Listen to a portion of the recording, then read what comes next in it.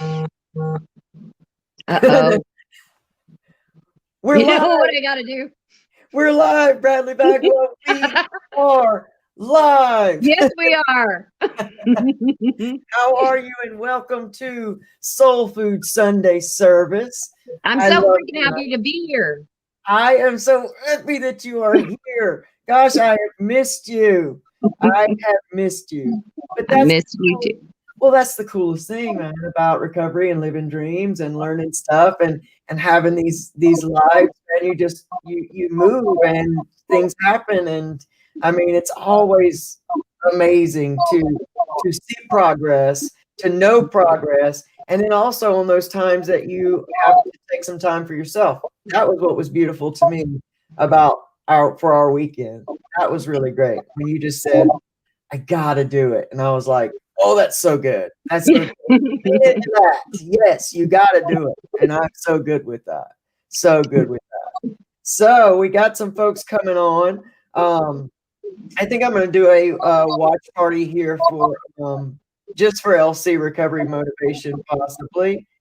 Would you mind sharing it to the crawl? Yeah, I'll share it to the crawl right doggone now. All righty then. That's what I'm talking about. There we are. You look amazing. Thank you so much. That makes me feel so good. And it's been, I feel like it has been years since I've seen, like, I missed you. I know. I missed you more. I really, really have. I really have missed you. We got in such a little rhythm there for a little while, and it was so cool. And like we were talking about, it just, life starts moving in all these crazy directions. And so many times we're tempted to look at it as, like these big disasters. And really all they are is the destruction of the puzzle. So that it's like the dumping out of the box when you buy a new puzzle. It's like dumping it out and then trying to put all the pieces together. And that's what, I am learning to love about this recovery thing. So we are building our room up a little bit. Those of you that are here, I can't see you just yet. But if you don't mind. I'm sorry I'm putting my thumb up on the screen, but you know what I did? What did you do? I tell everybody, turn off your notifications, and mine are still going, but I'll turn them off in a minute because apparently I can't get to them from here. I'm new at this, Lona. I know. We've only been doing this a couple of years there, Bradley. I mean, we are getting it. I know. Out.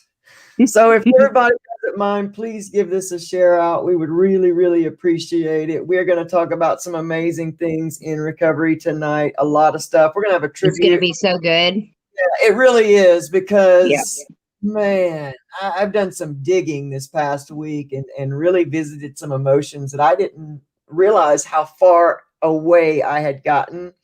And we're also going to do a tribute to my great friend, Anthony McCauley, who suddenly lost his wife this week. So we are also going to talk about grief and loss and how to handle those big emotions in recovery. So if you guys don't mind, get us all shared out to your groups, to your friends, to your strangers, whoever needs a huge message of hope and inspiration and information tonight. So if you're ready, I'm ready. Let's hit the show reel and let's go.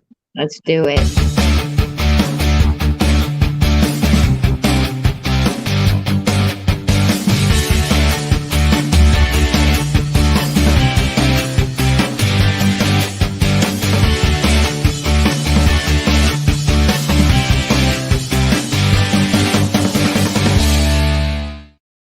Soulfood Sunday service live. Oh, I love that. What's up, Max Nace? I almost Hey, Max. Hey, Max. Pam V is in the house. Beautiful Pam V. Hi, Pam. In the house. Dang. Maddie J. Maddie J. What? He makes an appearance? I can't believe an appearance. I know you love Maddie J. Tracy. I will not even try to say Tracy's last name because from the South. Our brother Anthony McCauley is here with us tonight. We love you guys. Pour out your love on Anthony tonight. He is going through one of the hardest things Ever, ever, ever. My mom's in the house, BJ McCullough. She just went through the same thing as loss of her husband just 2 years ago. This is big stuff. You know, life happens and it comes at us from nowhere. Like there's, you know, when it happens like that and there's like just nothing, no warning, how do we go through recovery like that? How do we keep that strong? And how do we keep ourselves on that side of healing? I mean, I'm interested, Bradley, in you've gone through a lot of big life things. We've talked about things before. What have been some of your what have been some of the tools that you have really, really dug into to deal with those big life things? For me, it's talking to someone because I will hold it. And I started paying attention to where it was hitting me, you know, with certain things happening, you know, things that happen with my children, especially affect me. And I would almost stop breathing. And I could feel it in my throat. I feel it in my stomach, and it would just churn in there, just churn and churn. And I don't want to tell anybody, and I don't want to bring anybody down, and I don't want to, you know, whatever it was, I would convince myself, or in my opinion, he would convince me that I didn't need to talk about it for whatever reason, just by me not talking about it. And so I just kept everything inside, which is, you know, something I'm working on really hard. I can get behind the camera. I can talk to you all day long. But whenever I'm dealing with something and I have to seriously sit in it and deal, it's hard. It's really hard to tell somebody else because it comes with a lot of shame and guilt. But also whenever you lose someone, there's not that.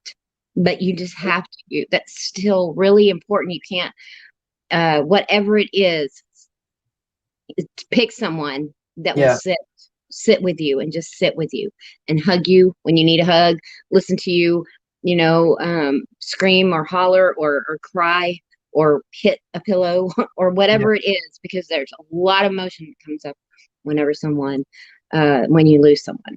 So. Yeah, that's really great advice. And you know, I heard quite a bit in there of good healing substance. And one of the most important things is when you said I started realizing and getting clear of where in my body that I was holding things and what emotions were in different places. And those things are very, very telling for us. You know, a lot of times until we become aware, we don't realize how we carry these things. And when it comes to the differences and the cliches and the boxes that we put men and women in, you know, we say to women, it's okay to be emotional. It's not okay for men to be emotional. But, you know, we're made from the same creator with the same heart. And I say that whatever's good for you to release, that's what you do, regardless of the gender boxes and the labels that we put on things. I think that the health of healing, that those healthy things that you were talking about, the hitting the pillow, the yelling, the screaming, the asking why, the getting mad, and don't deny yourself the getting angry in those times of huge emotions. Because if we just try to stay on that positive thinking train and never we deny ourselves those emotions when we feel them, then we're in a sense shaming ourselves.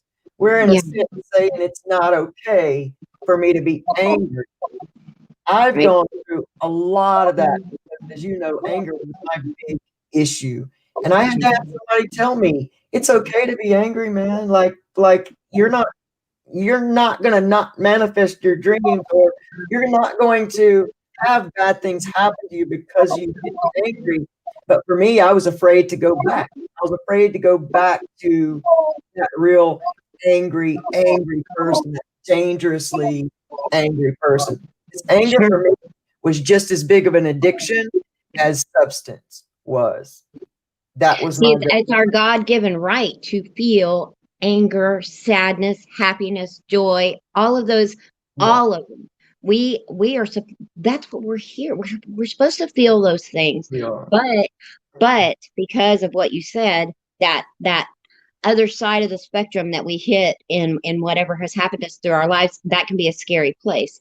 So I mean, what another, well, I'll go to that in a minute, but what do you do? How do you keep from going across that line to that dark place? How do you keep it there? What's your how do you keep yourself there? My real go-to is to stay aware, and I am so blessed to have done a lot of work on the power of choosing my thoughts and choosing to not walk in the place of reaction. And I'll tell you, I was really starting to disconnect with feeling in touch with those old feelings again, because I have done so much work that I almost kind of outran them. And so this past weekend I watched a documentary. Now many of you know I'm a huge Amy Winehouse fan, and I watched that documentary again, just the one called Amy. In that moment of watching that, I could feel those old emotions again. I could see her desperation. I could see her internally screaming, "Somebody save me from me. Somebody, help me heal this hurt. I have no control over my mind." I felt every bit of that. And I was telling a friend of mine, I can't even stand up straight because I'm carrying and remembering. I believe these are God's gifts. God allows us to sit back in that place for a moment. The beautiful part of that was it reminded me how much work I've done and how much I can never go back to living in that same place of hurt, heartache, destruction, and just that shame every day, because I couldn't even stand up straight. My bones hurt. I was hurting in my stomach. Like you said, my throat was closed, my shoulders. It was a really hard headspace for me to be in. Right. But what the beauty has come is that in all that work, I know now that I have the power to choose where I live in my mind. And I have developed some skills and some tools to get myself out of there. And I noticed that I had the ability to stay in there for a minute and learn lessons, but I didn't want to stay in there too long, because we don't need to tempt fate. I mean, that'd be like going out and trying to have one drink, Oh, yes. Yeah, just wouldn't happen. Just wouldn't happen, because inherently there's where we are. But that's those. You've been reading some powerful information this past week, and I can almost guarantee that you've learned a little bit of that as well. Just the being here now and asking yourself now, what are the problems now? What is this? What's really going on now? So how answer that same question back to me. Like, what is it you do? Because for those that don't know, we have a few different little recovery times here. I'm celebrating 7 years of recovery. Bradley is a little over 2 now, right? Yes. Yeah. So talk to us about that. Okay, so what I just love that you pointed back to the self-aware. It's a constant exercise. You're having to exercise that always, and then you get better at it.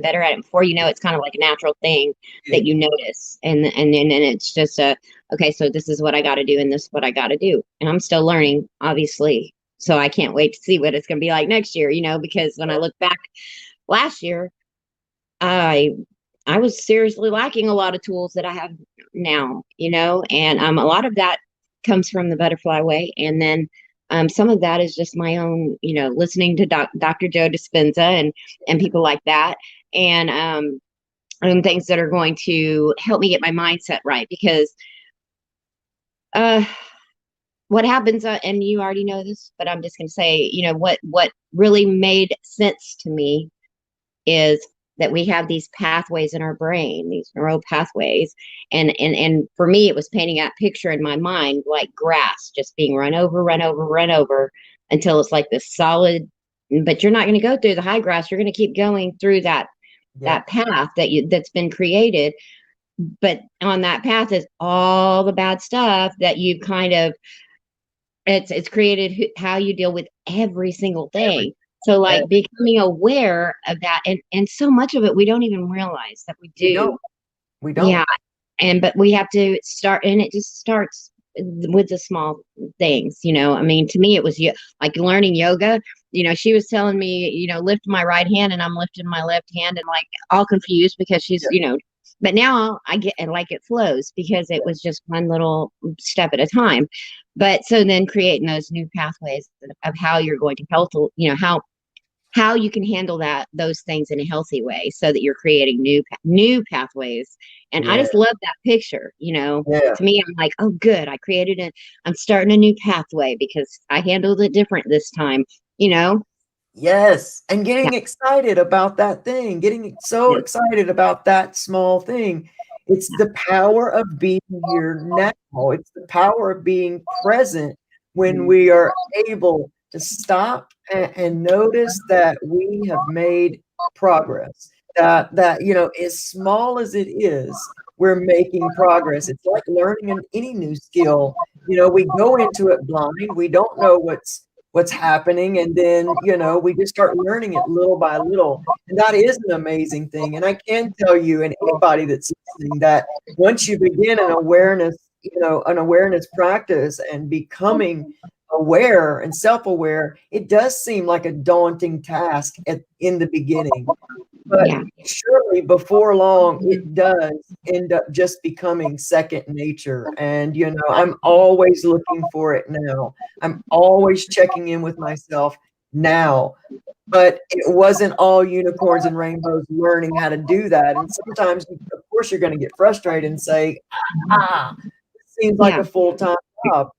But yeah, there are great easier ways, and I always think about this when I think about Maddie J's the point of change, because that always takes me back.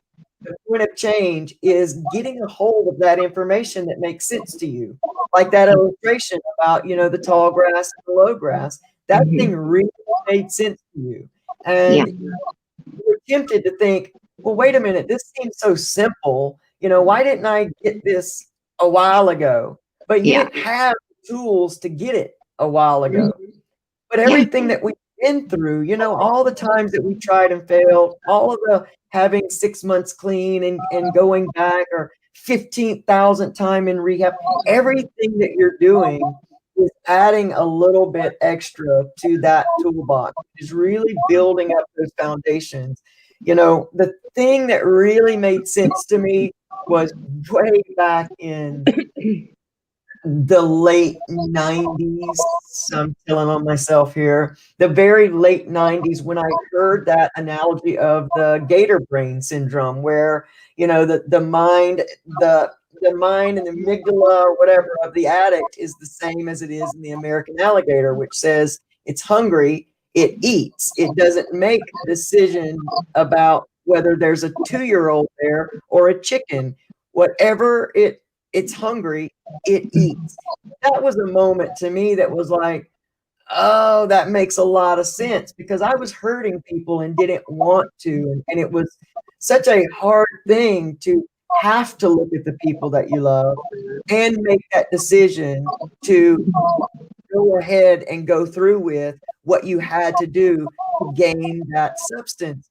And that was I was always torn apart, man, like really torn apart. You know that you're different. You know that there's something better in you. You know that this is against who you truly are inside, but you have this need. And so when I heard that, it was an aha moment. Now, granted, it wasn't so aha that I was able to then quit. And, we went for a few years later, but all of those things stack up to make so much sense now for the things that I still learn. So, absolutely, I mean, it's absolutely. amazing. You got to find that point of change. I mean, Oh yeah, that point of that change. point of change And is that good. Matty J, he's some. Mm-hmm. He's some. Yeah. Um, oh, I hear my Echo. echo. Is it really bad for everybody? Are they saying? I don't see anybody say anything, but I know Bonnie Blade, North Pole, is in the house. Bonnie Blake. Bonnie Blade in the I love house. Bonnie. I love Bonnie. I keep going the opposite, right? I see that I'm like fading out of the screen, so I keep trying to, I don't know, doing it opposite. Anyway, I want to go back to the here and now The here and now. because I find this just amazing, amazing.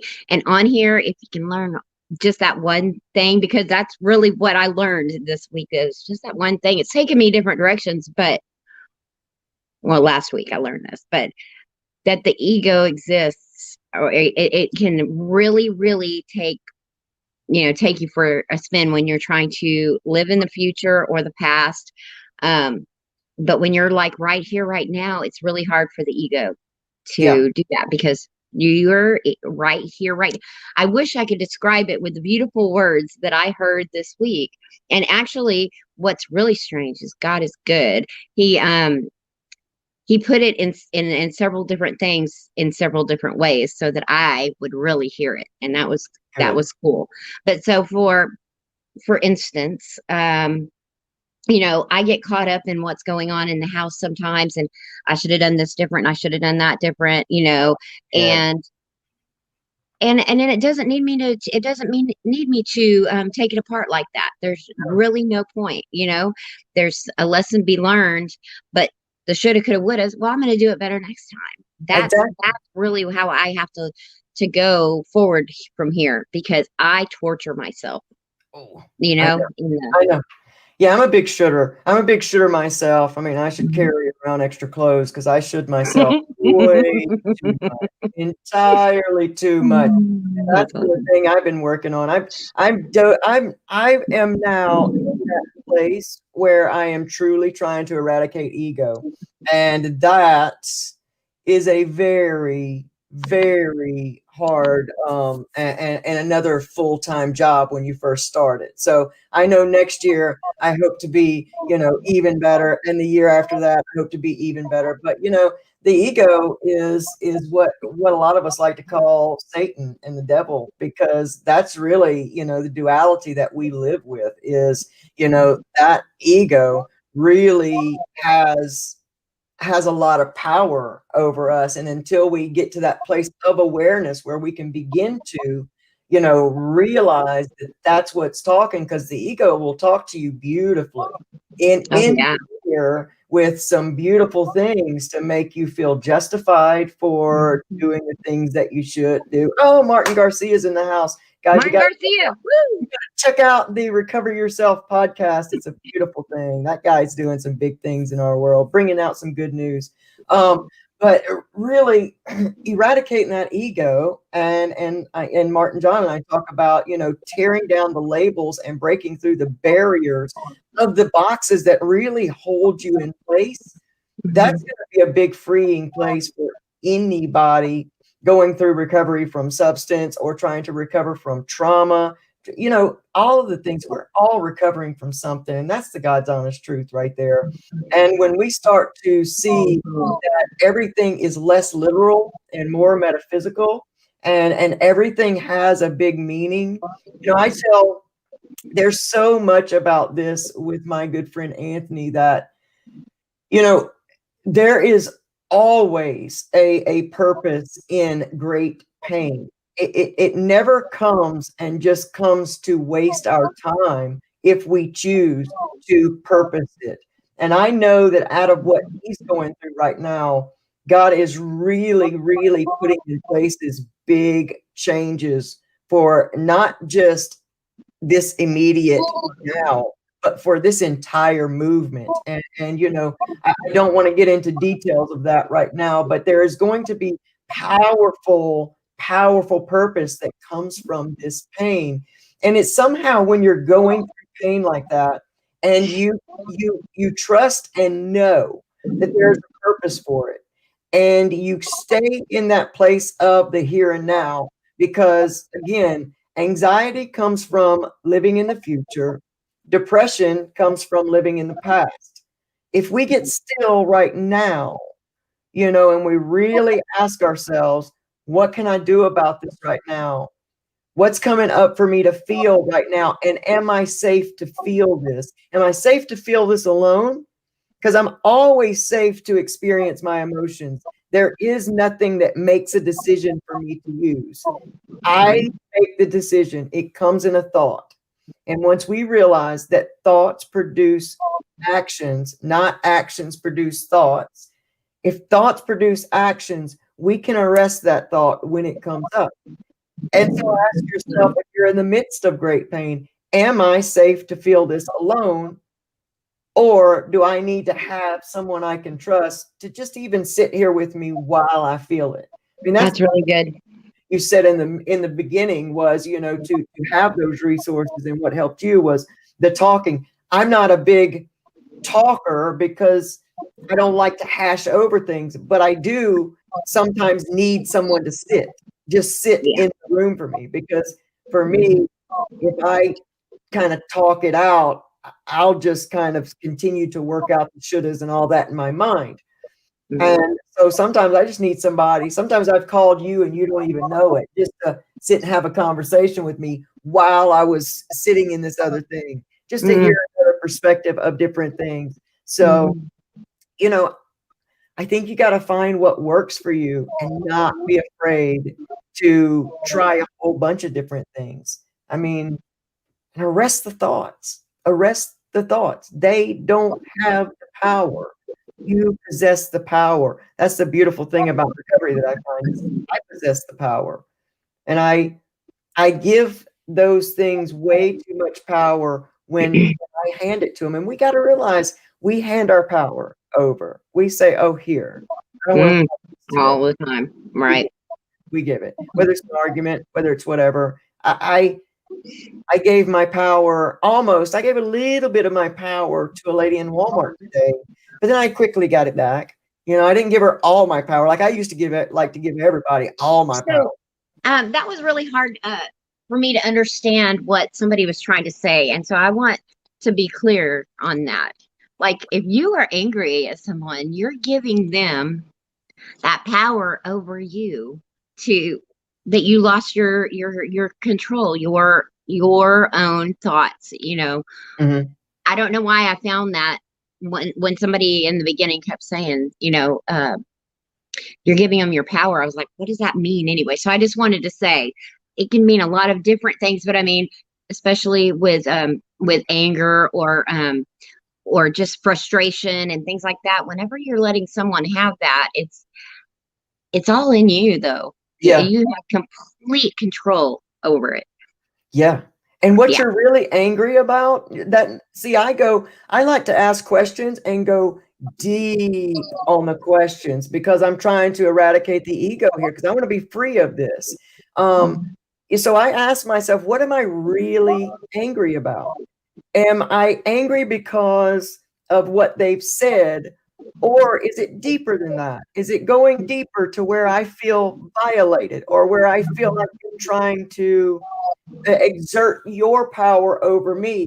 And where does that come from in my life? Like, how far back do I have to go? Because I believe that we can make a fast track down to healing by going down to the roots, and, you know, not chopping off the top of the weeds, laying on the, you know, the psychiatry couch for years and years and years, which I did.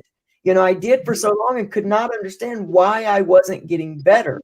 You know, I was just hashing these things, but I wasn't getting any better. And really working with trauma specialists to really understand that trauma is a much different animal than just regular anger, or, you know, understanding trauma is what started allowing me to get down to the roots, because I didn't know they went that far. I didn't know that someone saying something to me, you know, just kind of being nasty to me, I didn't know that it went all the way back down to being abused when I was 5, or because my mom and I were in a very physically abusive situation. So I had to learn how to be very quiet, don't rock the boat, don't say anything, because our lives were in danger. That affects a child. And in a lot of ways, that's what we are. We're just grown children. And And so your neural pathways from that young age were already starting to be formed. starting. And so you only know what you know, and what you know is how to react exactly the same way. So Yep. whenever I don't know how you're talking about going back to it, but I know that the other day something happened. A friend of mine left here and I was really sad. I'm like, but why is it affecting me this bad? I've only known her for like a month and a half, but I feel close. And I did a meditation. I went back in my head and I went I went to whatever my brain first thought of. Then I went further back and I went That's further back good. and I remembered something that I hadn't even thought about. I went all the way till I was about 8 years old when my brother became a teenager and got friends and left me, Wow. and, even though I'm making a joke, but but I felt all alone. I lived in the country and there was nobody. I was all alone now. My brother wasn't there. I played with him every day, or I bugged him, or I tortured him, Yeah. by, annoying him. And so that's where that I really connected. I really cried when I remembered that feeling that Amazing. I felt. That's And amazing.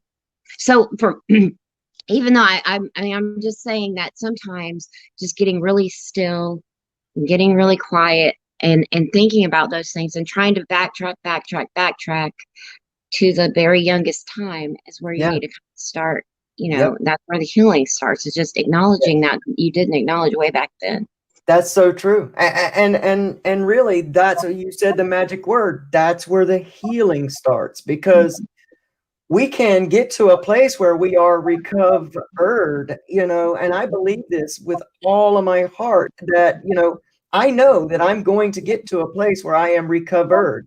I do not mind taking those trips back now. I used to hate taking those trips back, but because those memories had the power, because I had created a belief system Boom. that I Yeah. was a victim, that Mhm. that's all I knew. And a lot of people take offense, and I did too when somebody first said to me, "Well, you're in the victim mentality." And I thought, "Well, F you, man. You don't know my life. You don't know my story. We will one up each other's pain. We will see who has suffered the most." And that's a great way for you to know whether you are acting in that victim mentality. Is what's the first thing you think about when somebody tells you about their bad day? Is it how much worse yours is? Is it, what are the conversations we're having? And that only means that that's the neural pathways that are created in your mind. That's the channel you're switched to. It's like cable TV. There's not the same thing on every channel. Right now, you are subconsciously switched into the channel of a victim. And That's right. I lived my life there, but it was because when, those 0 to 7 years, during that time, the real abuse started. So you don't know what you don't know. I think that's the biggest thing tonight is you don't know what you don't know. And you can't try to go back and should yourself and or think that you would have done it different or you wanted to do different. Look, you didn't know what you didn't know.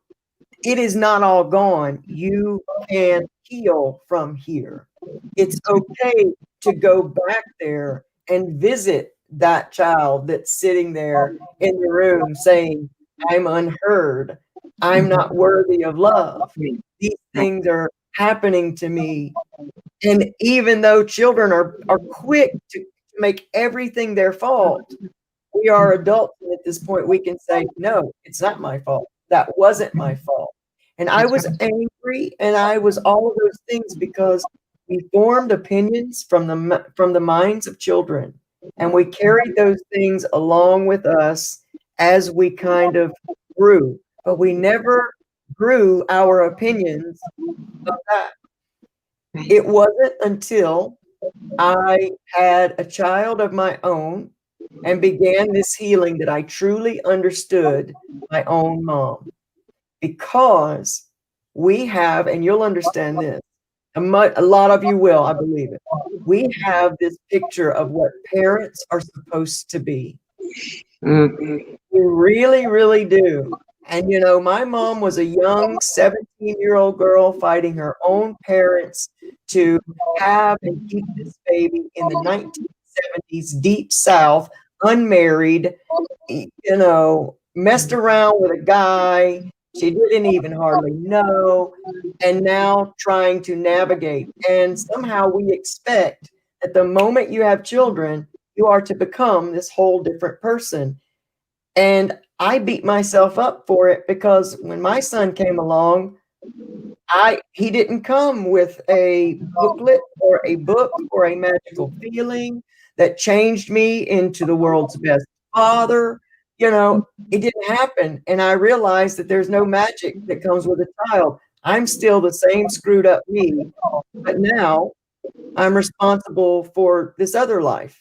Right. And how else do you raise them but what you know?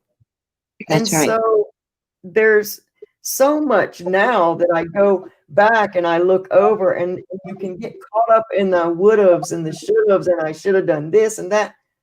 But man, what are you going to do about it? Come back to now.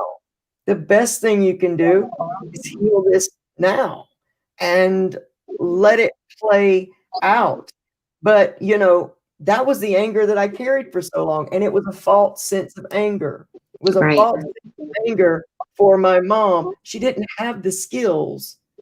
She was a child in the abusive situation, trying to navigate and save her own life. Right. The life of a child. And, so these are things that we can come back and take that time and say, you know what? Okay, I get it. Maybe it's not going to be the same in everybody's situation. I'm grateful to have a beautiful relationship with my mom now, but we didn't start this way. We went through a lot of passions of, well, why did you do this? And why did you let that happen? I realized that she could give me all the reasons why, all she wanted to. It didn't matter. So for all that time that I spent using, killing pain, killing heartache, killing myself and everyone around me because I wanted to know why, the answers were not magical, Right. and they did not erase anything. And I was just giving that my power. I was Right. giving that the abusers, the folks that never heard me. I was giving all of that away, and they weren't suffering. I was. You were. I was. Mm. That was the point of change. That was the point of change. Point of change. That was the point of change. That was it. Wow. We hold so much power. When what we were saying a while ago, it says the same thing as, in the Bible, hold your thoughts captive. Yes. Take every thought captive. That long ago, they were saying that's where it starts. That's where it is. Hold those thoughts captive. Don't let it control your day. Don't let it control your moment. Don't, and it's hard because we're human and we've been trained to do that. And I think, there's so much TV. It also has a lot to do with the way we think about things and everything else. And so another thing that Dr. Joe always says, like, turn it off. Turn off the TV. Yeah. Fill your mind with some good stuff. And I always say that. And then I heard him say it, and I'm like, yes, Yeah, for sure. We have so much power over our own lives. And I know one thing is that I waste a lot of time with the shame of everything, and not just in the drug times, but even in my marriage. Like, I held on to all that resentment and shame and guilt and everything else, and it just grew and grew and grew and grew. And how much time I wasted had I grasped this concept, so you just want to rush out and you want to tell the world, listen to me, I know the secret. You do. You desperately do. And then people look at you like they look at me and go, okay. Yep. If you're not talking about something, that feels comfortable to them, if you're not talking about something that they can, look at and recognize and go, oh, okay, that is this, then a lot of times they'll just think, okay, that's new age hoo-ah, and or they'll give it a label. But I'm gonna stick in here because y'all not gonna shut me up about this, because if I can come back from the places that I was, I want to tell you, I will not shut up about the things that helped me come here, because all I want to do in this life is help people break down the barriers to the trauma induced beliefs. I even made a post about this the other day, the trauma induced beliefs that hold us captive and keep us limited. I want to say something to all of you out there. You have the very mind of God. It was placed in you. And everything you see in creation began with a thought.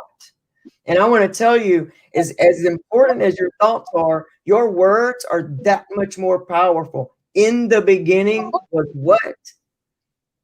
Think of this as a metaphysical was word. This was spoken into existence. We got to understand, man, that the more you stay on those things, man. I got a neighbor, dude.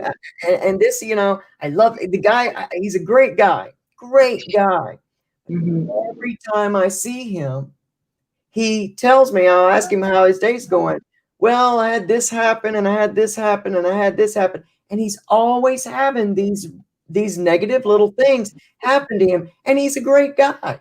You know what I mean? But I see and I hear his conversation, and I see the results and the manifestation of that. And it's frustrating to me because I don't know him well enough to say, if you'll stop doing that. But you're creating what you are going to be next year at this day. Yes, we are putting into action it's just, I love what you just said. My phone's about to die. That's why I went, so I might click off of here and just, I know I'm going to. I love you. I love you. I love you. Well, before say it. I was just gonna say, whatever you're doing today, not only will matter tomorrow, but it's gonna matter. I cannot believe how much of my past I created for myself because I held on to all those resentments. That's where I was going with that while ago, holding on to all the resentment, anger, everything else. And then it just got worse, and it manifested as this big, ugly thing that I never saw coming. I was a mom of 4 children, soccer mom type thing. And then I was homeless, meth user, closed everybody off around me. I did not want to live anymore. I had no reason to live.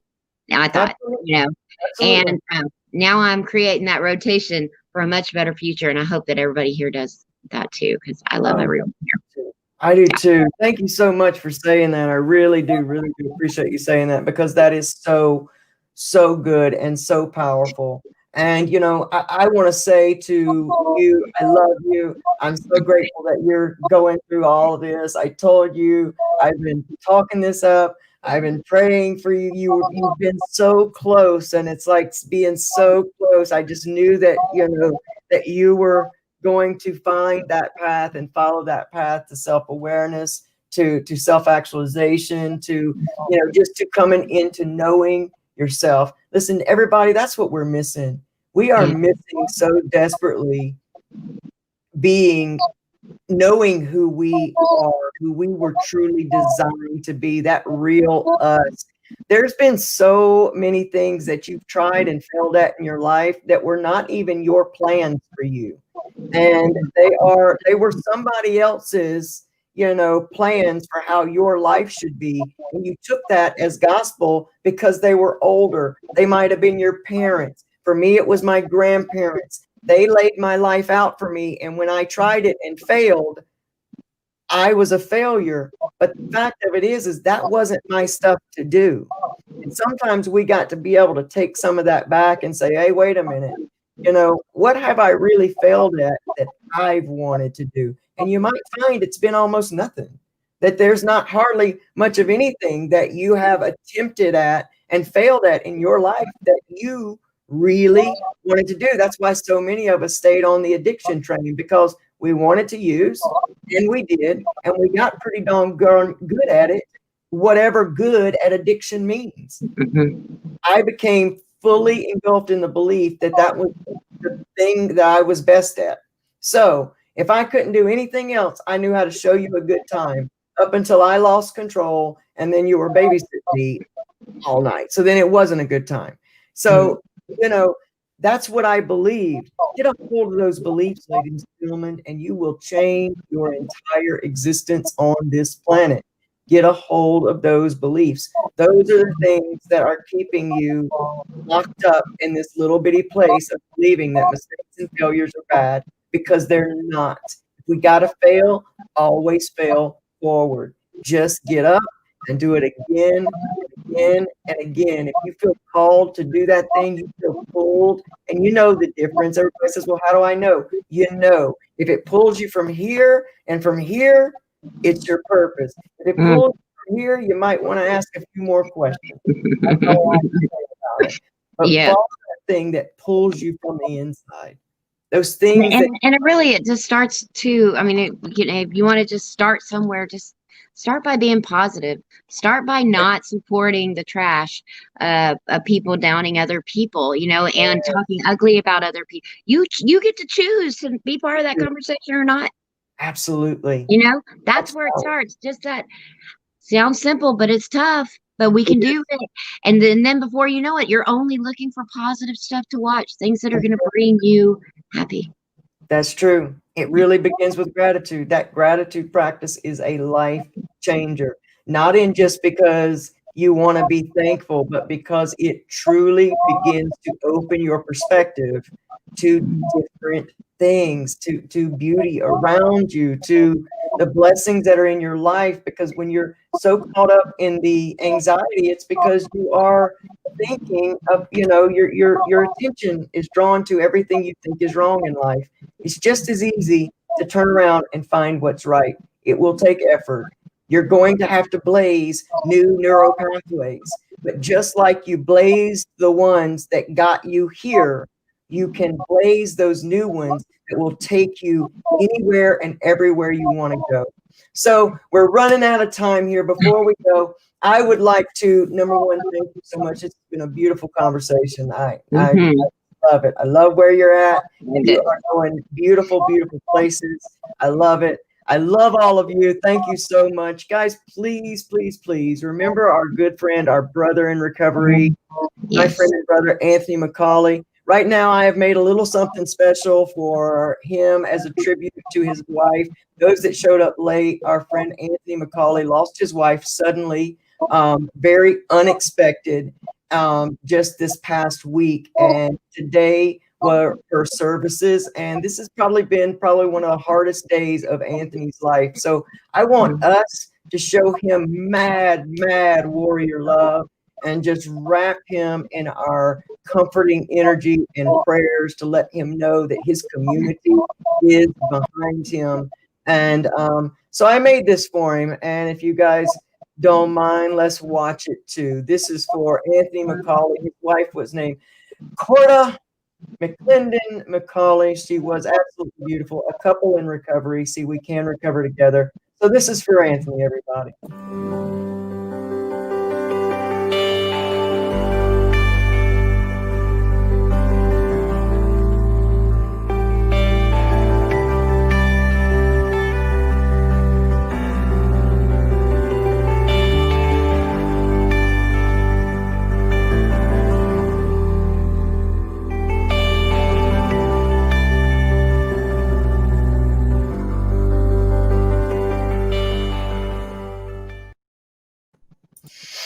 So we love you so much, man. Love you. Lots of prayers sent your way. Absolutely. Bradley Bagwell, thank you for being here with me tonight. This has been a beautiful Soul Food Sunday service. Bonnie Blades, Pam V, Ricky Lyles, Tara Morris, Martin John Garcia with the Recover Yourself family podcast. Man, you got to listen to Brad. Oh gosh, what was his name? Oh, say it for me. Bradley. I think his name was Bradley Allen. Bradley, something like that. I'll send you the link. Okay. Amazing conversation on the Recover Yourself podcast this past week.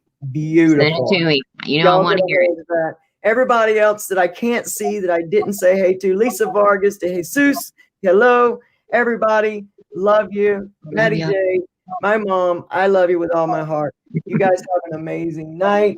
Anthony McCauley, I'm here for you, brother. You pick up the phone and call me. I got you. I got you. Always, Bradley Bagwell. Thank you so much. I love you. Oh, we love you. Love y'all. We love you. All right.